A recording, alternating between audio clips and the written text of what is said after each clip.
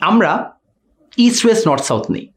এখন আমরা এই যে উত্তর দক্ষিণ পূর্ব পশ্চিম নিলাম, আমরা এ পয়েন্ট থেকে একটু ডিসপ্লেসমেন্ট করে সেটাকে বি পয়েন্টের দিকে একটা ডিরেকশন অঙ্কন করি। এর অর্থ হচ্ছে কোনো একটা বস্তু এ থেকে আমরা বিতে সরিয়ে নিয়েছি।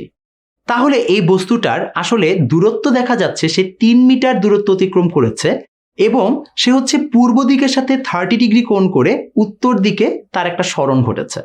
আমরা যদি এখন একটু বস্তুটাকে অ্যানালাইসিস করি তাহলে বুঝতে পারবো যে এর 3 মিটার সরণ রয়েছে, তথা তার মান হচ্ছে 3 মিটার, এবং তার দিক যদি আমরা খেয়াল করে দেখি, এই যে একটা 30 ডিগ্রি অ্যাঙ্গেলে সে আছে, এই 30 ডিগ্রি অ্যাঙ্গেলটা হচ্ছে তার দিক।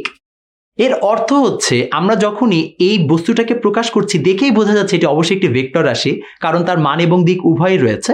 তাহলে আমরা যখন একটু এটাকে প্রকাশ করতে চাই যে ভেক্টর রাশিকে আমরা প্রকাশ করব, প্রশ্ন দ্বারায় এর মান এবং দিককে আমরা প্রকাশ করব কিভাবে, তথা এই যে দুটো কম্পোনেন্ট সম্পন্ন আমাদের একটি রাশি ভেক্টর, তাকে আমরা প্রকাশই বা করব কোন অ্যাসপেক্ট থেকে। আমরা একটু চিন্তা করে দেখি, আমরা যখন যে কোনো একটা ভেক্টরকে প্রকাশ করার চেষ্টা করব, আমাদের প্রথম কাজ হচ্ছে তার ইনিশিয়াল পয়েন্ট এবং তার শেষ পয়েন্ট, অর্থাৎ তার শুরু এবং শেষ, এই দুটো বিন্দু আমাদেরকে নির্ণয় করতে হবে। এই কেসে আমাদের এ হচ্ছে একটা বিন্দু, বি হচ্ছে আমাদের শেষ বিন্দু। তাহলে আমাদের যদি কখনো এই ভেক্টরটাকে প্রকাশ করতে হয়, আমাদের প্রকাশটা দাঁড়াবে এ বি এবং উপরে একটা অ্যারো চিহ্ন। অবশ্যই এই অ্যারো চিহ্নটা এ থেকে বি এর দিক বরাবর হবে। প্রশ্ন হচ্ছে কেন?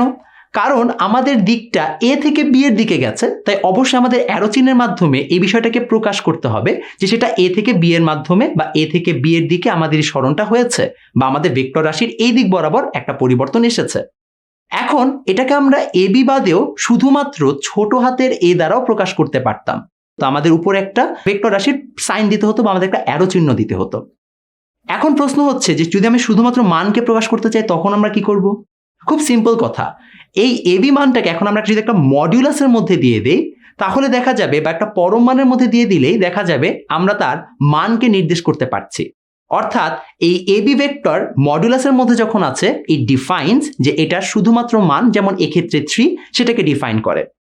অনেক সময় খেয়াল করে দেখবে যে এই এবি ভেক্টরকে শুধুমাত্র A B without any arrow চিহ্ন বা উইদাউট এনি তীর চিহ্ন যখন আমরা প্রকাশ করছি, তখনও কিন্তু আমরা তার মানকেই প্রকাশ করতে পারি।